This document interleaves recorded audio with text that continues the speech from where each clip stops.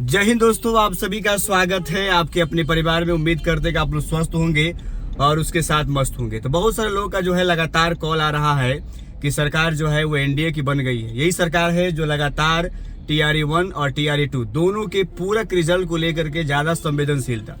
हम आपको एक जानकारी साझा करते हैं। सुशील कुमार मोदी जो अभी सरकार का अभिन्न अंग बन चुके हैं, वो TRE-1 में लगभग 40,000 ऐसे सीटें थे जिन पर वो पूरक रिजल्ट की मांग कर रहे थे। लेकिन अब वो सरकार में स्वयं आ गए हैं, तो अब उन अभ्यर्थियों का पीड़ा समझे जो रोड पर भटक रहे थे, जिनको लग रहा था कि बहुत ज़्यादा फर्जीवाड़ा हुआ है, उनको इंसाफ दिलाने का वक्त जो है आ चुका है।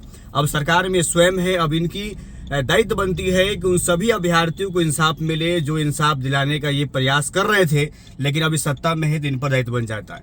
वही अगर बात करें तो सरकार चेंज हुई है तो लोगों में उम्मीदें भी जग गई है कि जो चीज़ें गलत हो रही थी वो चीज़ अब सही कर पाएंगे, ऐसा नज़र आ रहा है। लेकिन अभी कहना उतना जल्दबाजी हो जाएगा, लेकिन फिर भी उनके द्वारा आश्वासन दिया गया था तो लोगों का विश्वास भी लगातार बढ़ रहा है। वही अगर बात करें जीतन राम मांझी जो अब इस एनडीए का हिस्सा भी है, और यही ने आवाज़ भी उठाया था और कई इनके पास सबूत भी थे जो कह रहे थे कि कहीं ना कहीं TRE-1 और TRE-2 में जो है वो गलत हुआ है और फर्जी चीज़ें शामिल हो गई है। तो अब जांच बैठाने का वक्त भी इनके पास आ गया है।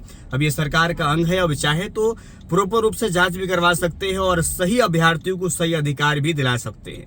ये बड़ा चैलेंज है और सभी अभ्यर्थी की मांगे भी है कि एनडीए सरकार जिस प्रकार से कह रही थी वो अपने बात को कह सकते हैं उस पर उतरे और लोगों को इंसाफ दिलाए, और लोग इस प्रकार से सोच भी रहे। अब देखने वाली बात है कि क्या ये चीजें हवा हवाई थी या विपक्ष की जो भूमिका थी वो भूमिका पर काम कर रहे थे, या वाकई में शिक्षक अभ्यर्थी का दर्द ये सरकार समझ रही है। अगर ऐसा है तो अति शीघ्र जो है इस पर जांच होगी और उन अभ्यर्थियों को मौका मिलेगा जो बाहर है, और उस सभी कह सकते हैं जो सीटें बची हुई, खासतौर पर अगर TRE-1 के बाद और TRE-2 की बात करें 14,000, वो सारे सीट पर पूरक रिजल्ट जारी करवाया जाए। इसको लेकर के लगातार अभ्यर्थी जो है सुशील कुमार मोदी से लेकर उप मुख्यमंत्री भी जो बने हैं और मुख्यमंत्री, ये सभी से लोग गुहार कर रहे हैं। इसको लेकर के आवाजें भी तेज हो गई। अब देखने वाली बात है सरकार सुनती है या नहीं सुनती। मिलेंगे हम आपसे नेक्स्ट, उतना ही।